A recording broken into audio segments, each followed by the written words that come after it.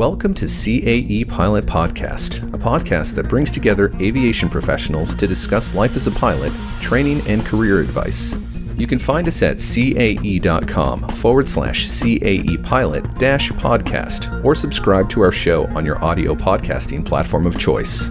You can also find our video podcast on our YouTube channel. At the heart of every pilot's decision to launch in an aviation career is the love of flying. Pilots are passionate about flying, being in the air, in control of an amazing machine, and watching the world from above. In the next series of podcasts, we're going to talk to pilots who have dream jobs.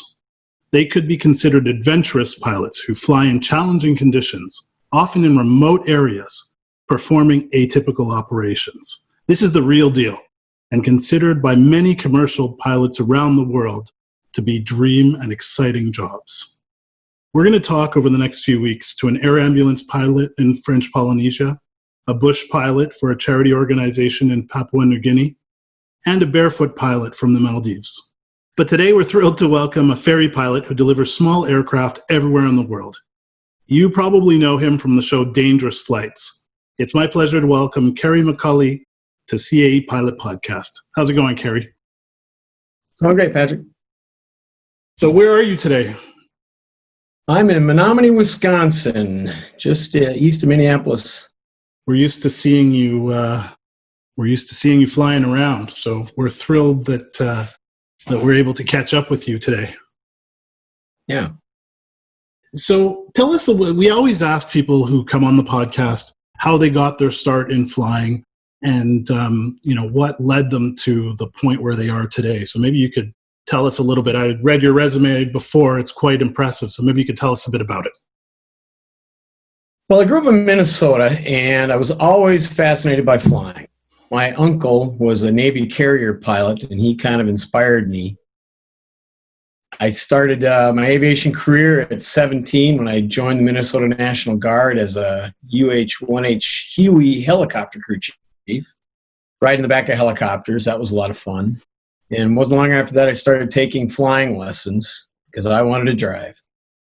I got my license. I also at that same time became a skydiver.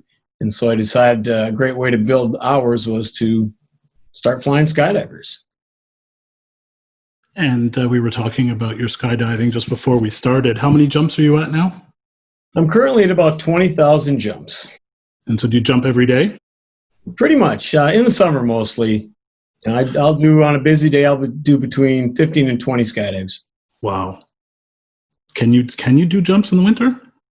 You can. It's just really cold, and I prefer to do jumps in the winter in Arizona. Yeah, I completely understand. For you, of course, you're well known through the show as being a ferry pilot, and I think a lot of people might not completely understand either exactly what it is or how you get into it. So maybe you want to talk just a little bit about what you do as your occupation and how you got into it. Well, a ferry pilot is somebody who delivers airplanes to buyers all over the world. Some of the easier trips would be just across the state or around the United States or in various countries. My specialty is being an international ferry pilot. Say if somebody buys an airplane that's in Ohio and they needed to go to Australia, they need to find somebody dumb enough to fly it over the ocean. That's where I come in. So obviously this is out of the ordinary, right? You're not just doing one layover to gas up to get from Minnesota to Australia. Tell us a little bit about sort of the craziness of, flying a Cessna internationally. Well, taking an airplane literally halfway across the planet is quite a challenge. These planes are never designed for such long distances, so you have to really do a lot of planning beforehand, plus be able to roll with the punches. Basically, what we do with a lot of the planes is we will put ferry tanks in them. We'll take all the seats out, and we'll put them in the back of the airplane and put big metal gas tanks inside the cabin with us. And that allows us to cross the ocean if we need to, if we're going across the North Atlantic or the Pacific. And then each leg, you're just going as far as your fuel and your endurance takes you. Stop for the night, gas up, go again, keep doing it till you accomplish the mission. Typically, a trip to, say, from the United States to Europe will take you about a week round trip. Middle East to Asia, about a week and a half. Wow. That's, I think we're just used to within, 15 hours, you can pretty much be as far away as you can think of. So it's crazy to think about doing that in such a small space. What are the challenges? I would imagine just sitting there for so long must get difficult after a while. Yeah, definitely. One of the biggest challenges is simply staying awake, especially when you're traveling eastbound. When you're going eastbound, you're going against the time zones. So you're typically losing 2, 3, maybe 4 hours just on time zones on a typical flight on a day. So you take off super early in the morning, usually leaving before any of the restaurants are open, so you never get breakfast. Fly for 8 to 10 hours, 12 to 15 sometimes. Get to your destination very late. Try to find a hotel, maybe get 4 or 5 hours of sleep, get back in the plane and do it again. Do that for a week straight, and the sleep deprivation starts to get to you. So that's one of the big challenges. So for a commercial pilot who's used to, their meals being delivered, the van waiting for them at the airport, the warm bed at the other end of that van, quite a difference. Yeah, this is a big difference, in experience. If you want coffee, you have to bring it along. And when it comes to planning, I think, certainly I'm surprised that you don't make your hotel arrangements, as an example, ahead of time. But I guess that's also because you don't always know exactly where you're going to end up. Yeah, definitely. You don't know how long it's going to take. Plus, you really never know for sure where you're going to go. I mean, you'll have a plan laid out before you take the trip, but that always changes. You'll get weather problems, and you'll have to deviate around something. I mean, you might go to completely different countries that you didn't plan on. Sometimes you have overflight problems. Sometimes visa problems. If you, like in Russia, your visa is only good for 3 or 4 days. If you don't get there in time, your visa might expire. You might have to apply for another one, maybe go around it. Going around Russia is kind of hard. It's big. And I think I've seen in episodes where you've had to fly around certain countries in Africa as well. Yeah, definitely. Either fly around the countries if you can't get the overflight permits, or a couple of times in my, let's call it distant past, I might have turned the transponder off and flown low and not told anybody I was crossing their country. Oh, don't worry. We won't tell anybody either. I was just here. And is there a special type of license that's required to do this type of flying? You don't need any special license to ferry fly, but back 20 or so years ago, the Canadian government used to require a single engine waiver to cross the North Atlantic because they were having to go out and rescue so many pilots, and it was literally costing them a lot of money, and they weren't having very much success at rescuing them anyway because the pilots were all dying. So you'd have to prove yourself, make a couple of trips, and then you go get tested from the Canadian government and get a single engine waiver to fly the North Atlantic. That waiver is no longer in effect, and now pretty much anybody can do it with a commercial license and small brain.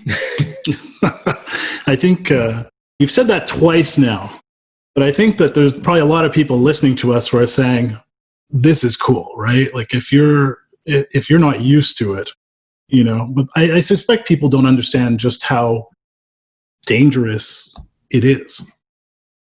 Yeah, it is actually pretty dangerous, especially crossing the North Atlantic and the Pacific. On average, they lose about 3 fighter pilots over the North Atlantic every year. That's actually gotten a little bit better, mostly because not as many planes are being delivered. But when you're flying over those vast distances of ocean, you're out of range of any rescue. I mean, the only thing that can pick you up is a helicopter or a boat. Helicopters have a range of maybe 150 miles out to sea. That's really stretching it. And after you're more than that distance away from land, the only thing that can get you is a boat, and boats are slow. So if you go into the water, you're going to be there for a while. And how do you get your jobs? Like how do you get your assignments? What's the whole structure behind that? When I was first a ferry pilot, I got hired by Orient Air, a company out of St. Paul, Minnesota. And I worked exclusively for them for a long time. I was one of their full-time ferry pilots. They would get hired by other companies or people to ferry their planes, and they would hand out the trips to their pilots. Once I stopped working for them, I kind of became a freelancer. Basically, just have a website, put yourself out there, and people would usually word of mouth will get you the jobs. There are some ferry companies out there that hire other pilots, but there's not too many anymore. Most of the companies are single pilot, single operator operations. And so what does a typical schedule look like for you in, say, a month? These days, I'm not doing as much ferry flying as I used to. I've kind of really run through my luck bag, as it were. So trying to tone back a little bit. Mostly what I'm doing these days is flying skydivers, and I fly corporate jets out of Wisconsin. But I'll still take 3 or 4 trips a year. Usually if it's a really cool plane that I want to fly that I haven't flown before, or going to a really great destination that I'd like to see. I love going to Greece and Italy and South America. It strikes me as interesting, though, that you really run the whole gamut from flying skydivers to flying business jets. It almost seems like the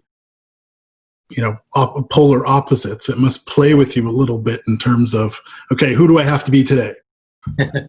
Yeah, I just love aviation. I love being in the sky. I love skydiving, flying small tail draggers with no radios, business jets, pretty much anything. If it gets me off the ground, I'm a happy man. So what would you say are the essential qualities for a ferry pilot? A ferry pilot needs to be calm under pressure and self-reliant. You're going to be faced with a lot of challenges that you can't anticipate, and there's not going to be anybody there to rely on. You don't have any support. There's nobody you can call. You're going to be by yourself. And if you start panicking in dangerous situations or get flustered, even on the ground, some of the biggest challenges are navigating foreign airports and figuring out how to go through the maze of paperwork and permits and everything else. But the biggest challenges definitely are in the air. And when you develop a problem out over the middle of the ocean, it's going to be up to you to solve it. And so that comes down to just absolute experience. Experience and a lot of luck, but mostly it's experience. I have a good grounding in maintenance. I don't actually have my A&P, but I've done pretty much everything on airplanes. I've owned airplanes for 35 years, so I've done a lot of my own maintenance, helped mechanics a lot. And I've had to do some work on planes in flight to keep things going. That always makes it interesting. Repairing as you fly, what would you say is the most unusual or strange aircraft you ferried? I guess the most unusual one that I ferried is a Piper Aerostar. It's a small twin-engine plane, 6-passenger, fastest piston twin ever built. And I love that plane. That thing was fast and pressurized, fully de-iced. Although being fully de-iced led me to getting a little bit over my head in an icing situation over the Alps, but I managed to make it across. Looks like you enjoyed it, though. I did. Yeah, I kind of laugh at the situations after the fact, but I love being in emergency situations. It's kind of what I live for. I love it when my parachute malfunctions and I have to cut away and use my reserve. I come down laughing and all adrenaline up, and same thing in the air. I don't seek out emergency situations, but in my line of work, they happen with relative frequency. Would you consider yourself a daredevil? I don't know about daredevil. I just don't like things boring. I like to go out and push the envelope. I like to do unusual things, and I like to be challenged. And when you're, I've seen episodes of the show, and I don't know if it was you in particular, where they're got the oxygen masks on and all that. Do you always fly with someone on a ferry flight? No. Actually, most of the time I fly single pilot. I actually prefer it that way. I mean, two pilots in a hard IFR environment is kind of handy, but I like being by myself because then I don't have to argue with anybody about decisions that I make. Everything is up to me, and I get to do whatever I want to do without any having to take a vote or anything like that. Now, what would you say to? We all know that now there's sadly a surplus of pilots, right? A lot of pilots sitting at home and they're thinking about different careers and all that. If I've been an airline pilot and now I'm starting to think, okay, maybe this ferry thing is for me, what would you say? What adaptation or would you tell that pilot he would have to make? Well, going from the airline pilot environment to the ferry flying environment is going to be a big shock. I mean, in the airlines, you get to benefit from a huge support system. I mean, they tell you exactly what route you're going to take, exactly what time you're going to take off. They make the weather calls for you for the most part. Everything's pretty much laid out for you. All the paperwork, everything that's handed to you, and you just get to do the fun part of flying the airplane. As a ferry pilot, it's the exact opposite. A customer will tell you, I just bought this airplane. It's in Cairo, and I needed to get to Florida by next week. Can you do that? Sure. And he says, great, I'll meet you in Florida. And that's the extent of your direction. The rest is up to you. And I think that's true of like general and private aviation. It's actually it's exactly the opposite to the way an airline runs, right? It's the customer decides when they leave, when the aircraft has to be there, etc. So I think that's probably the biggest challenge for someone making the switch from an airline job to a more general aviation kind of job. Yep, for sure. What would you say is the scariest moment you've had in your career? The single scariest moment I had was probably getting hit by lightning in a small single engine plane out over the middle of the Atlantic. That kind of woke me up.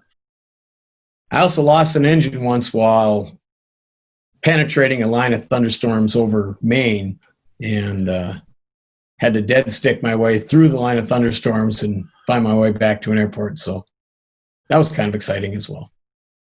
And I have in my notes here something about an electrical failure over the Sahara. Yeah, that was a long night. Basically what had happened was I'd left Agadir, Morocco at night, flying down the bulge of Africa to the Ivory Coast. And when I left Morocco, they closed the airport behind me because there was a sandstorm coming in. About 3 hours into the trip, an RBL came on. That's really bad light, a warning light, low voltage, and I'd lost my alternator. And so basically for the rest of the night, which was probably 8 or 9 hours long, I had to fly by flashlight, which was quite challenging. No autopilot, no GPS, no anything. Probably the scariest part of the night was changing batteries in the flashlight, because this was kind of early in my career and I foolishly only had one flashlight. So changing the batteries was kind of nerve-wracking, because I knew if I screwed it up and dropped part of it or dropped the batteries, I probably wasn't going to make it, because if you can't see your instruments, you're going to spin in. But I somehow managed to get through till dawn and find the airport. This might sound like a silly question, but what do you carry with you? Because you're talking about multiple flashlights, you're talking about doing repairs in flight. What do you have in your bag, let's say, that the typical pilot might not have? Well, when I first started, which is, 30 years ago, we didn't have any of the new fancy GPSs or anything. So my standard stuff is I would have a flashlight, some basic tools, an ELT, an emergency locator transponder. We'd carry whatever survival gear you'd need for whatever parts of the world you're going to be flying over. Right. Which would also a lot of times be kind of a big survival kit. Well, not big, but have to be varied because you'd cover northern Canada forest, then the Arctic over Greenland, then the desert over Africa, finally ending up over the jungle. And of course, there's the ocean in the middle of it. So you need to be prepared for any emergency situation. Before we had electronic flight bags, you'd have a whole box of maps and approach plates. Most of them were out of date, but at least you had something. A lot of snacks, a couple of 12 packs of diet soda for the caffeine, and lots of Ziploc bags for the aftermath of the diet sodas. Oh, I just have this vision of, like, Indiana Jones jumping on an airplane and going for it. It's hilarious. And you recently flew 6 airplanes literally around the world. Tell us a little bit about that. Yeah. A few years ago, I was lucky enough to get hired to help some of the pilots and owners of 6 Epic airplanes. And Epic is a experimental airplane that single engine turbine, kind of like a PC-12 of Pilatus. Mm-hmm. Very fast, sleek, sexy airplane. Really fun to fly. These pilots had gotten together with the company that produces them and decided they were going to fly them around the world. It was an amazing trip. Couldn't have been luckier to get on that trip, because at each stop, the organizers of the trip found the coolest thing they could find in that location for us to do. Oh, wow. Like, we went on a boat cruising around the glaciers in Greenland. We went on glider rides in Czechoslovakia. We got to go on the 747 simulators in Russia, go for just anything you could think of. They had it all planned out for us. Plus, we stayed at the best hotels, ate at the best restaurants, and we started in Oshkosh and then finished a month and a half later in Oshkosh during the EAA convention to a big fanfare and cheering crowds and a lot of happy people. That was a fun trip. So that sounds like it's a real dream job.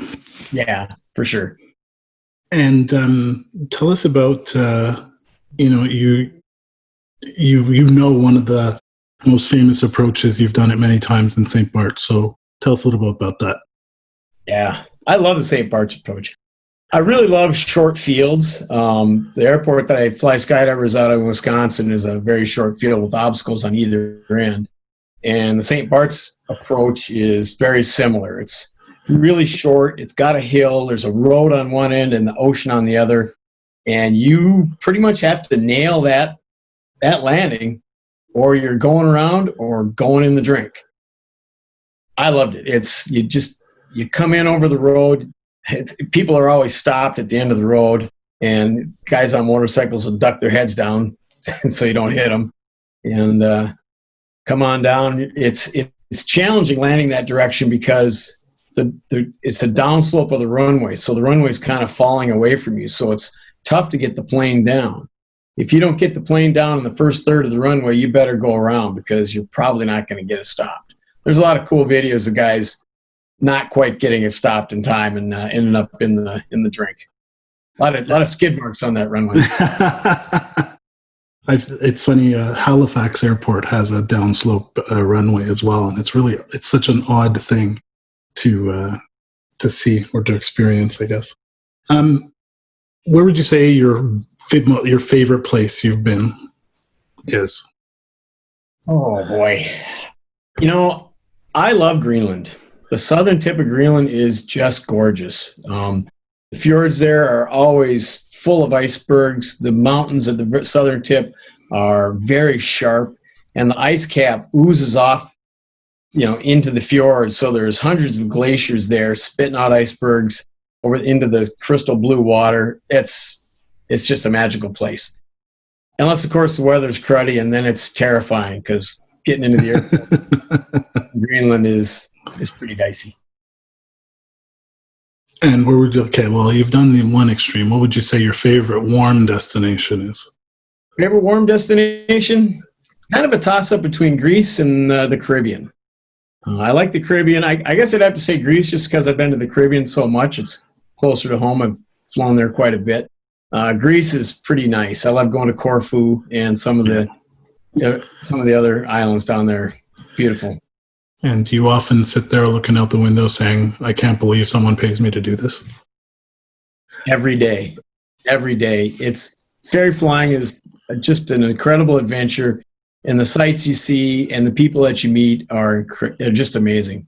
One of the best things about ferry flying is once you get to the destination, the buyers, the people you deliver the plane to, treat you like a conquering hero because you just flew their plane halfway around the world over the Atlantic and you delivered their brand new toy to them. And they're usually very grateful. They take you out to dinner. You get to meet their family. You just have a great time. And there's no other job in the world where you get to experience a close personal relationship with the locals like that. I mean, if you go on vacation, you meet people at the hotel, you meet people at the restaurant, and that's kind of about it. When you're ferry flying, you stop at small airports, you get to meet pilots, maybe you get held over for a day because of weather or maintenance, and you meet some of the guys at the airport, and they'll take you home and treat you to dinner. And just meeting the people of the world is an amazing experience. And I guess you keep in touch with a lot of people too. Yeah, it's great because a lot of the places that I'll go, I'll stop at repeatedly. Right. And some friends in Greenland, Iceland, Scotland. You know, if you're there a lot, you get to know the people. We always do a Mythbusters segment, so we're going to we'll bust or confirm a few myths about ferry flying. Okay. So ferry pilots are a reckless breed who give little consideration to safety. Yes and no. You need to be a little bit reckless, at least to start, to even get up the courage or the guts or whatever you want to call it to fly a small single engine airplane over the ocean. But if you don't start taking safety seriously quickly, you're not going to live very long. And ferrying planes for a living is a pretty lonely lifestyle. That's a yes and no as well. I mean, a lot of times on these trips, you're gone for a week and a half at a time, and you're not meeting anybody. Sometimes you're just in the plane by yourself all day. You hop in a cab, you go to the hotel, spend the night by yourself, back in the plane, do it again and again and again. But there's usually a fair amount of time in between trips where you get to spend time with the family and your friends. So, again, yes and no. You need to have an adventurous heart to be a ferry pilot. I think you've proven that that's the case. I think that's a definite requirement because otherwise, why would you do it? It doesn't pay that well. I mean, it's okay, but to risk your life just to bring somebody his plane, you need to have more than money as your goal. You need to want the adventure. You need to want to be out there doing that. Otherwise, there's easier ways to make a living. And ferrying, family life and ferrying aircraft don't go together. Not true. I raised a family while ferry flying. I mean, I did take a few years off when the kids were young, mostly because of the danger aspect of it. I didn't really want my kids to grow up without a father.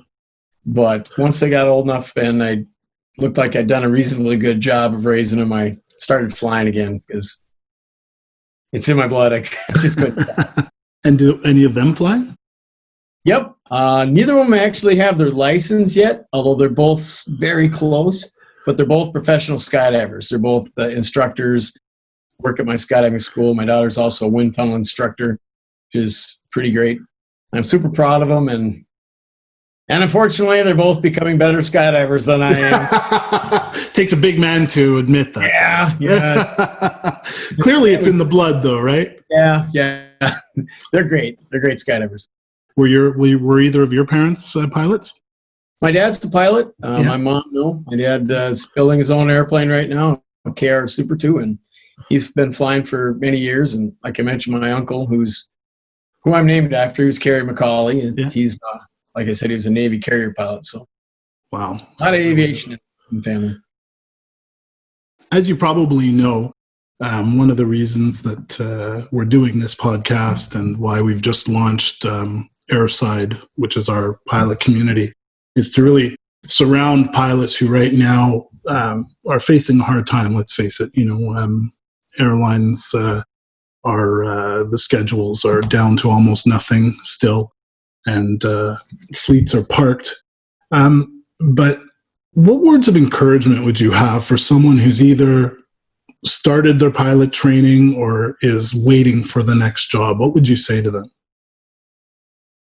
The aviation industry just goes in cycles. I mean, I've been in it for 35 years, and I've seen furloughs and I've seen hiring crazes, and it just goes, it comes around. So this will pass. People are going to want to start flying again. You have to be optimistic and stay in the game if you want to make it as a professional pilot. And I think you're a good example of what you do in between, right? Like, there's no ferry flying right now, so you're doing a lot of the skydiving type of flying. Do you suggest that people stay in the industry in the meantime? You have to do what you have to do to stay alive. You got to pay the bills, but I would say stay in it. It's going to come around. There's a lot of guys that have taken early retirement, and when they start flying again, they're going to need pilots. The world always needs pilots. So, I have to ask this question, right? Where do you go for your training? Well, I got my initial type rating on the Citation 650 at the CAE Training Center in Dallas. And I understand you're going back there soon? Yep, I should be going back for recurrency training probably about November, December, something like that. Well, we're looking forward to seeing you. Another thing that we want to talk about, of course, is you have a book, Ferry Pilot, the nine lives over the North Atlantic. Tell us a bit about it. Well, I've been lucky enough or unlucky enough to have a lot of very close calls over the years in my ferry flying experience, and I've been boring my friends and family with the stories for years and years, and they finally wanted to shut me up and say, just write a book and we'll read about it. So I did. It did take me 10 years because I'm a slow writer, procrastinator, but I finally got it done, and it's out on Amazon right now, and it's doing really well. Awesome. So that, again, it's Ferry Pilot, 9 Lives Over the North Atlantic by Kerry McCauley. Check it out.